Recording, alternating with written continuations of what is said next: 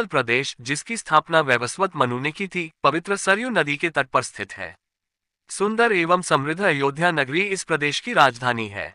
वैवस्वत मनु के वंश में अनेक शूरवीर, पराक्रमी, प्रतिभाशाली तथा यशस्वी राजा हुए, जिनमें से राजा दशरथ भी एक थे। राजा दशरथ वेदों के मर्मज्ञ, धर्मप्राण, दयालु, रणकुशल और प्रजापालक थे। उनके राज्य में प्रजा कष्टरहित, सत्यनिष्ठ एवं ईश्वर भक्त थी। उनके राज्य में किसी का किसी के भी प्रति द्वेषभाव का सर्वथा अभाव था।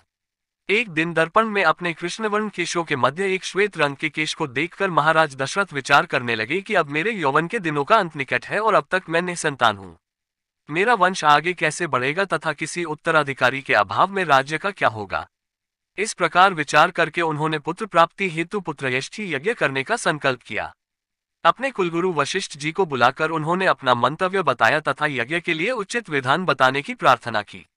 उनके विचारों को उचित तथा युक्तियुक्त जानकर गुरु वशिष्ठ जी बोले, हे राजन, पुत्रयष्टि यज्ञ करने से अवश्य ही आपकी मनोकामना पूर्ण होगी, ऐसा मेरा विश्वास है। अतः आप शीघ्रातिशीघ्र अश्वमेध यज्ञ करने तथा इसके लिए एक सुंदर श्यामकर्ण अश्व छोड़ने की व्यवस्था करें। गुरु वशिष्ठ की मंत्रणा के अनुसार शीघ्र ही महाराज दशरथ ने सरयू नदी के उत्तरी तट पर सुसज्जित एवं अत्यंत मनोरम यज्ञशाला का निर्माण करवाया तथा मंत्रियों और सेवकों को सारी व्यवस्था करने की आज्ञा देकर महाराज दशरथ ने रनिवास में जाकर अपनी तीनों रानियों कौशल्या, कैकेयी और सुमित्रा को ये शुभ समाचार सुनाया। महाराज के वचनों को सुनकर सभी रानियां प्रसन्न हो गईं। फोल्डेड हैंड्स, राम का जन्म फोल्डेड हैंड्स। मंत्रीगणों तथा सेवकों ने महाराज की आज्ञानुसार श्यामकर्ण घोड़ा चतुरंगिनी सेना के साथ छुड़वा दिया। महाराज दशरथ ने देश देशांतर के मनस्वी, तपस्वी, विद्वान ऋषि मुनियों तथा वेदविज्ञ प्रकांड पंडितों को यज्ञ संपन्न कराने के लिए बुलावा भेज दिया। निश्चित समय आने पर समस्त अभ्यागतों के साथ महाराज दशरथ अपने गुरु वशिष्ठ जी तथा अपने परम मित्र अंग देश के अधिपति लोभापाद के जामाता ऋग ऋषि को लेकर यज्ञ मंडप में पधारे। इस प्रकार महान यज्ञ का विधिवत शुभारंभ किया गया। संपूर्ण वातावरण वेदों की ऋचाओं के उच्च स्वर में पाठ से गूंजने तथा समिधा की सुगंध से महकने लगा।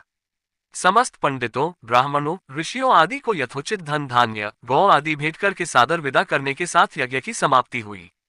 राजा दशरथ ने यज्ञ के प्रसाद चरा को अपने महल में ले जाकर अपनी तीनों रानियों में वितरित कर दिया। प्रसाद ग्रहण करने के परिणाम स्वरूप परमपिता परमात्मा की कृपा से तीनों रानियों ने गर्भधारण किया। जब चैत्र मास के शुक्ल पक्ष की नवमी तिथि को पुनर्वसु नक्षत्र में सूर्य, मंगल, शनि, बृहस्पति तथा शुक्र अपने अपने उच्च स्थानों में विराजमान थे, कर्क लग्न का उदय होते ही महाराज दशरथ की बड़ी रानी कौशल्या के गर्भ से एक शिशु का जन्म हुआ, जो कि श्यामवर्ण, अत्यंत तेजोमय, परम कांतिवान तथा अद्भुत सौंदर्यशाली था। उस शिशु को देखने वाले ठगे से रह जाते थे। इसके पश्चात शुभ नक्षत्रों और शुभ घड़ी में महारानी कैकेयी के एक तथा तीसरी रानी सुमित्रा के 2 तेजस्वी पुत्रों का जन्म हुआ। संपूर्ण राज्य में आनंद मनाया जाने लगा। महाराज के 4 पुत्रों के जन्म के उल्लास में गंधर्व गान करने लगे और अप्सराएं नृत्य करने लगी। देवता अपने विमानों में बैठकर पुष्प वर्षा करने लगे। महाराज ने उन्मुक्त हस्त से राजद्वार पर आए हुए भाट, चारण तथा आशीर्वाद देने वाले ब्राह्मणों और याचकों को दान दक्षिणा दी। पुरस्कार में प्रजाजनों को धन धान्य तथा दरबारियों को रत्न, आभूषण तथा उपाधियां प्रदान किया गया। चारों पुत्रों का नामकरण संस्कार महर्षि वशिष्ठ के द्वारा कराया गया तथा उनके नाम रामचंद्र, भरत, लक्ष्मण और शत्रुघ्न रखे गए। आयु बढ़ने के साथ ही साथ रामचंद्र गुणों में भी अपने भाइयों से आगे बढ़ने तथा प्रजा में अत्यंत लोकप्रिय होने लगे। उनमें अत्यंत विलक्षण प्रतिभा थी, जिसके परिणाम स्वरूप अल्पकाल में ही वे समस्त विषयों में पारंगत हो गए। उन्हें सभी प्रकार के अस्त्र शस्त्रों को चलाने तथा हाथी, घोड़े एवं सभी प्रकार के वाहनों की सवारी में उन्हें असाधारण निपुणता प्राप्त हो गई। वे निरंतर माता पिता और गुरुजनों की सेवा में लगे रहते थे। उनका अनुसरण शेष 3 भाई भी करते थे। गुरुजनों के प्रति जितनी श्रद्धा भक्ति इन चारों भाइयों में थी, उतना ही उनमें परस्पर प्रेम और सौहार्द भी था। महाराज दशरथ का हृदय अपने चारों पुत्रों को देखकर गर्व और आनंद से भर उठता था। फोल्डेड हैंड्स, विश्वामित्र का आगमन। Folded hands. अयोध्यापति महाराज दशरथ के दरबार में यथोचित आसन पर गुरु वशिष्ठ, मंत्रीगण और दरबारीगण बैठे थे। अयोध्या नरेश ने गुरु वशिष्ठ से कहा, हे गुरुदेव, जीवन तो क्षणभंगुर है और मैं वृद्धावस्था की ओर अग्रसर होते जा रहा हूँ। राम, भरत, लक्ष्मण और शत्रुघ्न चारों ही राजकुमार अब वयस भी हो चुके हैं। मेरी इच्छा है कि इस शरीर को त्यागने के पहले राजकुमारों का विवाह देख लूं। अतः आपसे निवेदन है कि इन राजकुमारों के लिए योग्य कन्याओं की खोज करवाएं। महाराज दशरथ की बात पूरी होते ही द्वारपाल ने ऋषि विश्वामित्र के आगमन की सूचना दी। स्वयं राजा दशरथ ने द्वार तक जाकर विश्वामित्र की अभ्यर्थना की और आदरपूर्वक उन्हें दरबार के अंदर ले आए तथा गुरु वशिष्ठ के पास ही आसन देकर उनका यथोचित सत्कार किया। कुशलक्षेम पूछने के पश्चात राजा दशरथ ने विनम्र वाणी में ऋषि विश्वामित्र से कहा, हे मुनिश्रेष्ठ, आपके दर्शन से मैं कृतार्थ हुआ तथा आपके चरणों की पवित्र धूलि से यह राजदरबार और संपूर्ण अयोध्यापुरी धन्य हो गई। अब कृपा करके आप अपने आने का प्रयोजन बताइए। किसी भी प्रकार की आपकी सेवा करके मैं स्वयं को अत्यंत भाग्यशाली समझूंगा। राजा के विनयपूर्ण वचनों को सुनकर मुनि विश्वामित्र बोले, हे राजन, आपने अपने कुल की मर्यादा के अनुरूप ही वचन कहे हैं। इक्ष्वाकु वंश के राजाओं की श्रद्धा भक्ति गौ, ब्राह्मण और ऋषि मुनियों के प्रति सदैव ही रही है। मैं आपके पास एक विशेष प्रयोजन से आया हूँ, समझिए कि कुछ मांगने के लिए आया हूँ। यदि आप मुझे वांछित वस्तु देने का वचन दे तो मैं अपनी मांग आपके सामने प्रस्तुत करूँ। आपके वचन न देने की दशा में मैं बिना कुछ मांगे ही वापस लौट जाऊंगा। महाराज दशरथ ने कहा, हे ब्रह्मर्षि, आप निःसंकोच अपनी मांग रखें। संपूर्ण विश्व जानता है कि रघुकुल के राजाओं का वचन ही उनकी प्रतिज्ञा होती है। आप मांग तो मैं अपना शीश काटकर भी आपके चरणों में रख सकता हूँ। उनके इन वचनों से आश्वस्त ऋषि विश्वामित्र बोले, राजन, मैं अपने आश्रम में एक यज्ञ कर रहा हूँ। इस यज्ञ के पूर्णाहुति के समय मारीच और सुबाहु नाम के दो राक्षस आकर रक्त, मांस आदि अपवित्र वस्तुएं यज्ञ वेदी में फेंक देते हैं। इस प्रकार यज्ञ पूर्ण नहीं हो पाता। ऐसा वे अनेक बार कर चुके हैं। मैं उन्हें अपने तेज से श्राप देकर नष्ट भी नहीं कर सकता, क्योंकि यज्ञ करते समय क्रोध करना वर्जित है। मैं जानता हूं कि आप मर्यादा का पालन करने वाले ऋषि मुनियों के हितैषी एवं प्रजावत्सल राजा हैं। मैं आपसे आपके ज्येष्ठ पुत्र राम को मांगने के लिए आया हूं, ताकि वह मेरे साथ जाकर राक्षसों से मेरे यज्ञ की रक्षा कर सके और मेरा यज्ञानुष्ठान निर्विघ्न पूरा हो सके। मुझे पता है कि राम आसानी के साथ उन दोनों का संहार कर सकते हैं। अतः केवल 10 दिनों के लिए राम को मुझे दे दीजिए। कार्य पूर्ण होते ही मैं उन्हें सकुशल आपके पास वापस पहुंचा दूंगा।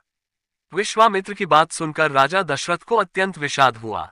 ऐसा लगने लगा कि अभी वे मूर्छित हो जाएंगे। फिर स्वयं को संभाल कर उन्होंने कहा, मुनिवर, राम अभी बालक है। राक्षसों का सामना करना उसके लिए संभव नहीं होगा। आपके यज्ञ की रक्षा करने के लिए मैं स्वयं ही जाने को तैयार हूँ। विश्वामित्र बोले, राजन, आप तनिक भी संदेह न करें कि राम उनका सामना नहीं कर सकते। मैंने अपने योगबल से उनकी शक्तियों का अनुमान लगा लिया है। आप निश्चिंत होकर राम को मेरे साथ भेज दीजिए। इस पर राजा दशरथ ने उत्तर दिया, हे मुनिश्रेष्ठ, राम ने अभी तक किसी राक्षस के माया प्रपंचों को नहीं देखा है और उसे इस प्रकार के युद्ध का अनुभव भी नहीं है। जब से उसने जन्म लिया है मैंने उसे अपनी आंखों के सामने से कभी ओझल भी होने नहीं दिया है। उसके वियोग से मेरे प्राण निकल जावेंगे। आपसे विनय है कि कृपा करके मुझे ससैन्य चलने की आज्ञा दें। पुत्रमोह से ग्रसित होकर राजा दशरथ को अपनी प्रतिज्ञा से विचलित होते देख ऋषि विश्वामित्र आवेश में आ गए। उन्होंने कहा, राजन, मैं नहीं जानता था कि रघुकुल में अब प्रतिज्ञा पालन करने की परंपरा समाप्त हो गई है। यदि जानता होता तो मैं कदापि नहीं आता। लो, मैं अब चला जाता हूँ। बात समाप्त होते होते उनका मुख क्रोध से लाल हो गया। विश्वामित्र को इस प्रकार क्रोध होते देखकर दरबारी एवं मंत्रीगण भयभीत हो गए और किसी प्रकार के अनिष्ट की कल्पना से वे कांप उठे। गुरु वशिष्ठ ने राजा को समझाया, हे राजन, पुत्र के मोह में ग्रसित होकर रघुकुल की मर्यादा, प्रतिज्ञा पालन और सत्यनिष्ठा को कलंकित मत कीजिए।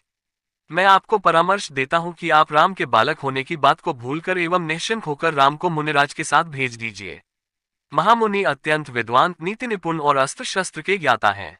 मुनिवर के साथ जाने से राम का किसी प्रकार से भी अहित नहीं हो सकता, उल्टे वे इनके साथ रहकर शस्त्र और शास्त्र विद्याओं में अत्यधिक निपुण हो जाएंगे तथा उनका कल्याण ही होगा। गुरु वशिष्ठ के वचनों से आश्वस्त होकर राजा दशरथ ने राम को बुला भेजा। राम के साथ साथ लक्ष्मण भी वहां चले आए। राजा दशरथ ने राम को ऋषि विश्वामित्र के साथ जाने की आज्ञा दी। पिता की आज्ञा शिरोधार्य करके राम के मुनिवर के साथ जाने के लिए तैयार हो जाने पर लक्ष्मण ने भी ऋषि विश्वामित्र से साथ चलने के लिए प्रार्थना की और अपने पिता से भी राम के साथ जाने के लिए अनुमति मांगी। अनुमति मिल जाने पर राम और लक्ष्मण सभी गुरुजनों से आशीर्वाद लेकर ऋषि विश्वामित्र के साथ चल पड़े।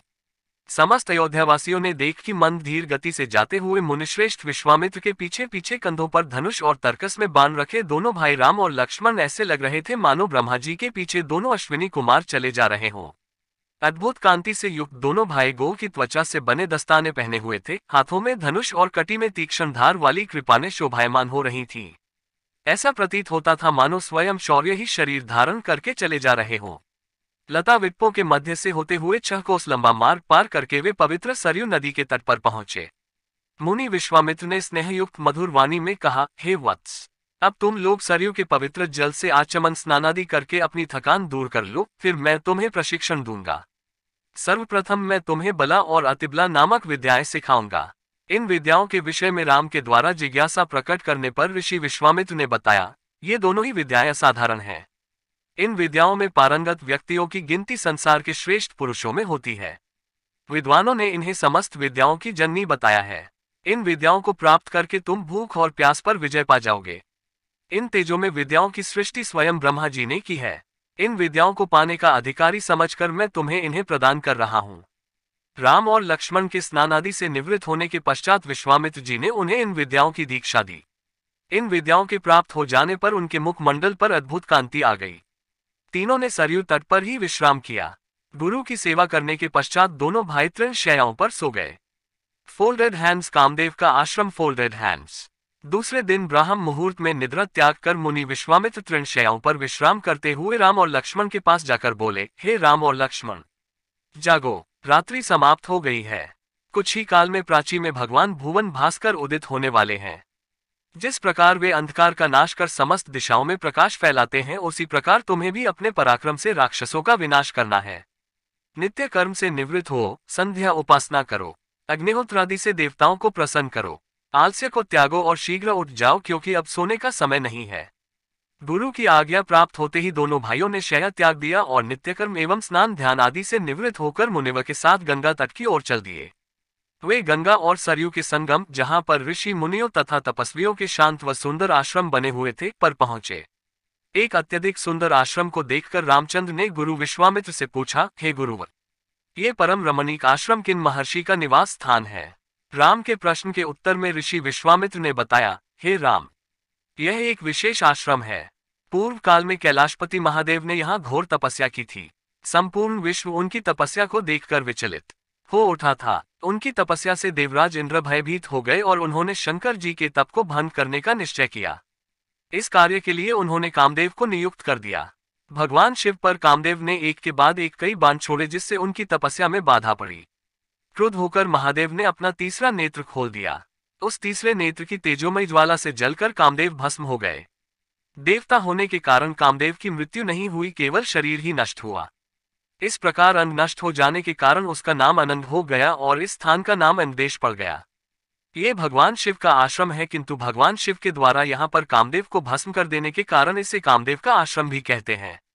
गुरु विश्वामित्र की आदेशानुसार सभी ने वहीं रात्रि विश्राम करने का निश्चय किया। राम और लक्ष्मण दोनों भाइयों ने वन से कंद मूल फल लाकर मुनिवर को समर्पित किए और गुरु के साथ दोनों भाइयों ने प्रसाद ग्रहण किया। तत्पश्चात स्नान, संध्या, उपासना आदि से निवृत्त होकर राम और लक्ष्मण गुरु विश्वामित्र से अनेक प्रकार की कथाएं तथा धार्मिक प्रवचन सुनते रहे। अंत में गुरु की यथोचित सेवा करने के पश्चात आज्ञा पाकर वे परम पवित्र गायत्री मंत्र का जाप करते हुए तृण शैयाओं पर जा विश्राम करने लगे। Folded hands. तारका वध। Folded hands. स्त्री के रूप में तारका एक घोर पाप है और पाप को नष्ट करने में कोई पाप नहीं होता। हे राम, तुम इस पापिनी का संहार कर दो। प्रातःकाल स्नान, संध्योपासनादि कार्यों से निवृत्त होकर राम और लक्ष्मण गुरु विश्वामित्र के साथ सरिता तट पर पहुंचे।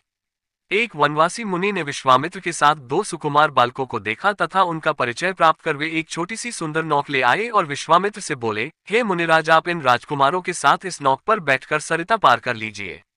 विश्वामित्र जी ने उस मुनि को धन्यवाद दिया और राम तथा लक्ष्मण के साथ नौक पर सवार हो गए। इस प्रकार वे सागर से मिलन की आतुरता में कलकलनाद के साथ दौड़ती जा रही उस नदी को पार कर गए। नदी के उस पार एक भयानक वन था। उस वन को देखकर राम बोले, गुरुदेव, यह वन तो बड़ा भयंकर है। सभी ओर से सिंह, व्याघ्र आदि हिंसक पशुओं के दहाड़ने और हाथियों के चिंघाड़ने की ध्वनि आ रही है। जंगली सुअर, भालू, वन भैंसे आदि वन्य प्राणी भ्रमण करते दृष्टिगत हो रहे हैं। वृक्षों की सघनता के कारण सूर्य का प्रकाश इस वन के भीतर घुसने का साहस नहीं कर पा रहा है और इसी कारणवश चारों ओर अंधकार हो रहा है। इस अति दुर्गम वन का क्या नाम है? राम के इस प्रश्न का उत्तर विश्वामित्र ने इस प्रकार दिया, हे राघव, पूर्व काल में इस स्थान में वन्न होकर मलदा और करूप नाम के दो बड़े समृद्ध राज्य हुआ करते थे। दोनों ही राज्य ऊंची ऊंची अट्टालिकाओं, वीथिकाओं तथा सुंदर पथों से सुशोभित थे तथा धन धान्य और समृद्धि से परिपूर्ण थे। दूर दूर के व्यापारी यहाँ पर व्यापार करने आया करते थे, किंतु ताड़का नामक एक यक्ष कन्या ने उन दोनों राज्यों का विनाश कर दिया। ऋषि विश्वामित्र ने आगे बताया, ताड़का कोई साधारण स्त्री न होकर सुंद नाम के राक्षस की पत्नी और मारीच नामक राक्षस की माता है। उसके शरीर में 1000 हाथियों के बराबर बल है और वह अत्यंत पराक्रमी और शक्तिशाली है। इस प्रदेश को नष्ट करने के पश्चात ताड़का ने अपने पुत्र मारीच के साथ मिलकर यहाँ के समस्त निवासियों को मारकर खा डाला। अब उनके भय से यहाँ 2-2 कोस दूर तक किसी मनुष्य की परछाई भी दिखाई नहीं देती। भूलवश यदि कोई यहाँ आ भी जाए तो जीवित नहीं लौट पाता। उसी ताड़का का संहार करने के लिए ही मैं तुम्हें यहाँ लाया हूँ। राम ने आश्चर्य से पूछा, गुरुदेव स्त्रियां तो कोमल और दुर्बल होती हैं, फिर ताड़का में 1000 हाथियों का बल कैसे आ गया? ऐसा प्रतीत होता है कि अवश्य कुछ न कुछ रहस्य है। विश्वामित्र बोले, वत्स तुम्हारा कथन सत्य है और वास्तव में इसके पीछे एक रहस्य है। सुकेतु नाम का एक अत्यंत बलवान यक्ष था। वह संतानहीन था, अतः संतान प्राप्ति के उद्देश्य से उसने ब्रह्मा जी की कठोर तपस्या की। उसकी तपस्या से प्रसन्न होकर ब्रह्मा जी ने उसे संतान होने का वरदान दे दिया। परिणामस्वरूप ताड़का का जन्म हुआ। सुकेतु के द्वारा ताड़का के अत्यंत बली होने का वर मांगने पर ब्रह्मा जी ने उसके शरीर में 1000 हाथियों का बल दे दिया। विवाह योग्य आयु होने पर सुकेतु ने ताड़का का विवाह सुंद नामक राक्षस से कर दिया और उससे मारीच का जन्म हुआ। मारीच भी अपनी माता के समान बलवान और पराक्रमी था। वह सुंद राक्षस का पुत्र होकर भी स्वयं राक्षस नहीं था, किंतु बाल्यकाल में वह बहुत उपद्रवी था। ऋषि मुनियों को अकारण कष्ट दिया करता था। उसके उपद्रवों से त्रस्त होकर एक दिन अगस्त्य मुनि ने उसे राक्षस हो जाने का शाप दे दिया। अपने पुत्र के राक्षस गति प्राप्त हो जाने से सुंद अत्यंत क्रोधित हो गया और अगस्त्य ऋषि को मारने दौड़ा। इस पर अगस्त्य ऋषि ने शाप देकर सुंद को तत्काल भस्म कर दिया। अपने पति की मृत्यु का बदला लेने के लिए ताड़का भी अगस्त्य ऋषि पर झपटी। इस पर अगस्त्य ऋषि ने शाप देकर ताड़का के सौंदर्य को नष्ट कर दिया और वह अत्यंत कुरूप हो गई। अपनी कुरूपता को देखकर और अपने पति की मृत्यु का बदला लेने के लिए ताड़का ने अगस्त्य मुनि के आश्रम को नष्ट करने का संकल्प किया है। अतः हे राम, मैं तुम्हें आज्ञा देता हूं कि तुम ताड़का का वध करो। तुम्हारे अतिरिक्त इसका वध कोई भी नहीं कर सकता। अपने मन से यह विचार निकाल दो कि यह स्त्री है और स्त्री का वध मैं कैसे करूं। स्त्री के रूप में यह एक घोर पाप है और पाप को नष्ट करने में कोई पाप नहीं होता। समस्त संशय को त्याग कर मेरी आज्ञा से तुम इस पापिनी का संहार कर दो। राम ने कहा, गुरुदेव आपकी आज्ञा मुझे शिरोधार्य है। समस्त मानवों के कल्याण के लिए मैं अवश्य ही ताड़का का वध करूंगा। इतना कहकर राम ने अपने धनुष पर बाण रखकर उसकी प्रत्यंचा को कान तक खींचकर भयंकर टंकार किया। टंकार से उत्पन्न ध्वनि से समस्त वन प्रांत गुंजायमान हो उठा। वन्य प्राणी भयभीत होकर इधर उधर भागने लगे। इस प्रकार की अप्रत्याशित खलबली मची देखकर ताड़का क्रोध से भर उठी। धनुष ताने राम को देखते ही इस विचार से कि कोई अपरिचित कुमार उसके साम्राज्य पर आधिपत्य करना चाहता है, वह क्रोध से पागल हो गई। राम पर आक्रमण करने के लिए वह तीव्र गति से उन पर झपटी। ताड़का को अपनी ओर आते देखकर राम ने लक्ष्मण से कहा, हे सौमित्र, ताड़ के वृक्ष जैसी विशाल और विकराल मुख वाली इस राक्षसी का शरीर कितना कुरूप है। इसकी मुख मुद्रा देखकर ही प्रतीत होता है कि यह बड़ी हिंसक है और निरीह प्राणियों की हत्या करके उनका रक्तपान करने में इसे बहुत आनंद आता होगा। तुम एक तरफ सावधान होकर खड़े हो जाओ और देखो कि कैसे इसे मैं अभी यमलोक भेजता हूँ।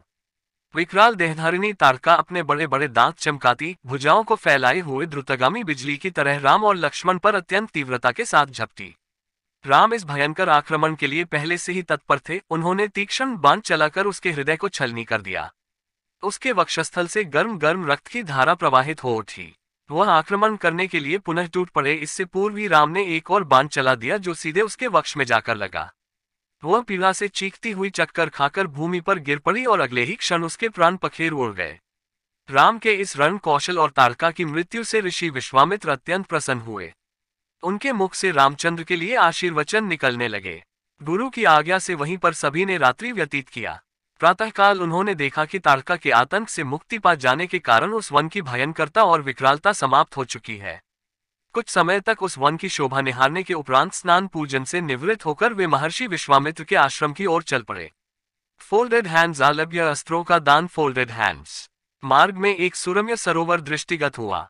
सरोवर के तट पर रुककर विश्वामित्र कहा, हे राम, ताड़का का वध करके तुमने बहुत बड़ा मानव कल्याण का कार्य किया है। मैं तुम्हारे इस कार्य, पराक्रम एवं चातुर्य से अत्यधिक प्रसन्न हूँ।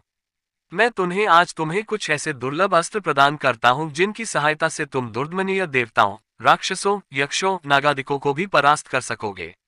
ये दंडचक्र, धर्मचक्र, कालचक्र और इंद्रचक्र नामक अस्त्र हैं। इन्हें तुम धारण करो। इनके धारण करने के पश्चात तुम किसी भी शत्रु को परास्त करने का सामर्थ्य प्राप्त कर लोगे। इनके अतिरिक्त मैं तुम्हें विद्युत निर्मित वज्रास्त्र, शिव जी का शूल, ब्रह्मशिर, अशीक और समस्त अस्त्रों से अधिक शक्तिशाली ब्रह्मास्त्र देता हूँ। इन्हें पाकर तुम तीनों लोकों में सर्वाधिक शक्ति संपन्न हो जाओगे। मैं तुम्हारी वीरता से इतना अधिक प्रसन्न हूं कि तुम्हें प्रचंड मोद की व शिखर नाम की गदाएं प्रदान करते हुए मुझे अत्यंत हर्ष हो रहा है। मैं तुम्हें सूखी और गीली दोनों ही प्रकार की अश्विनी व पिनाक के साथ ही साथ नारायणास्त्र, आग्नेयास्त्र, वायव्यास्त्र, हयशिरास्त्र एवं क्रौंचास्त्र भी तुम्हें प्रदान करता हूँ। अस्त्रों के अतिरिक्त मैं तुम्हें कुछ पाश भी देता हूँ, जिनमें धर्मपाश, कालपाश एवं वरुणपाश मुख्य हैं। इनके पाशों के द्वारा तुम अत्यंत फुर्तीले शत्रु को भी बांधकर निष्क्रिय बनाने में समर्थ हो जाओगे। राम, कुछ अस्त्र ऐसे हैं जिनका प्रयोग असुर लोग करते हैं। नीति कहती है कि शत्रुओं को उनके ही शस्त्रास्त्रों से मारना चाहिए। इसलिए मैं तुम्हें असुरों के द्वारा प्रयोग किए जाने वाले कंकाल, मूसल, घोर कपाल और किंकनी नामक अस्त्र भी देता हूँ। कुछ अस्त्र का प्रयोग विद्याधर करते हैं। उनमें प्रधान अस्त्र हैं खड्ग, मोहन, प्रस्वापन, प्रश्मन, सौम्य, वर्षण, संतापन, विलापन, मादनास्त्र, गंधर्वास्त्र, मानवास्त्र, पैशाचास्त्र, तामस और अद्वितीय सोमनास्त्र। इन सभी अस्त्रों को भी मैं तुम्हें देता हूँ। ये मौसलास्त्र, सत्यास्त्र, असुरों का माया में अस्त्र और भगवान सूर्य का प्रभास्त्र है, जिन्हें दिखाने मात्र से शत्रु निस्तेज होकर नष्ट हो जाते हैं। इन्हें भी तुम ग्रहण करो। अब इन अस्त्रों को देखो, ये कुछ विशेष प्रकार के अस्त्र हैं। ये सोम देवता द्वारा प्रयोग किए जाने वाले शिशर एवं दारुण नाम के अस्त्र हैं। शिशर के प्रयोग से शत्रु शीत से अकड़कर और दारुण के प्रयोग से शत्रु गर्मी से व्याकुल होकर मूर्छित हो जाते हैं। हे वीर श्रेष्ठ, तुम इन अनुपम शक्ति वाले, शत्रुओं का मान मर्दन करने वाले और समस्त मनोकामनाओं को पूर्ण कराने वाले अस्त्रों को धारण करो। इतना कहकर महामुनि ने संपूर्ण अस्त्रों को, जो देवताओं को भी दुर्लभ हैं, बड़े स्नेह के साथ राम को प्रदान कर दिया। उन अस्त्रों को पाकर राम अत्यंत प्रसन्न हुए और उन्होंने श्रद्धा के साथ गुरु को चरणों में प्रणाम किया और कहा, गुरुदेव, आपकी इस कृपा से मैं कृतार्थ हो गया हूँ। अब देवता, दैत्य, राक्षस, यक्ष आदि कोई भी मुझे परास्त नहीं कर सकता। मनुष्य की तो खैर बात ही क्या है, किंतु मुनिव, इसी प्रकार के अस्त्र गंधर्वों, देवताओं, राक्षसों आदि के पास भी होंगे और उनका प्रयोग वे मुझ पर भी कर सकते हैं। कृपा करके उनसे बचने के उपाय भी मुझे बताइए। इसके अतिरिक्त ऐसा भी उपाय बताइए जिससे इन अस्त्रों को छोड़ने के पश्चात अपना कार्य करके ये अस्त्र पुनः मेरे पास वापस आ जावे। राम के इस प्रकार कहने पर विश्वामित्र बोले, राघव, शत्रुओं के अस्त्रों को मार्ग में ही काटकर नष्ट करने वाले इन सत्यवान, सत्यकीर्ति, प्रतिहार, परारमुख, अवान्मुख, लक्ष्य, उपलक्ष्य आदि इन अस्त्रों को भी तू ग्रहण करो। इन अस्त्रों को देने के बाद गुरु विश्वामित्र ने राम को वे विधियां भी बताईं जिनके द्वारा प्रयोग किए हुए अस्त्र वापस आ जाते हैं। चलते चलते वे वन के अंधकार से निकलकर ऐसे स्थान पर पहुंचे जो भगवान भास्कर के दिव्य प्रकाश से आलोकित हो रहा था और सामने नाना प्रकार के सुंदर वृक्ष, मनोरम उपत्यका एवं मनोमुग्धकारी दृश्य दिखाई दे रहे थे। रामचंद्र ने विश्वामित्र से पूछा, हे मुनिराज, सामने पर्वत की सुंदर उपत्यकाओं में हरे हरे वृक्षों की जो लुभावनी पंक्तियां दृष्टिगत हो रही हैं, उनके पीछे ऐसा प्रतीत होता है कि जैसे कोई आश्रम है। क्या वास्तव में ऐसा है या यह मेरी कल्पना मात्र है? वहां सुंदर सुंदर मधुरभाषी पक्षियों के झुंड भी दिखाई दे रहे हैं, जिससे प्रतीत होता है कि मेरी कल्पना निराधार नहीं है।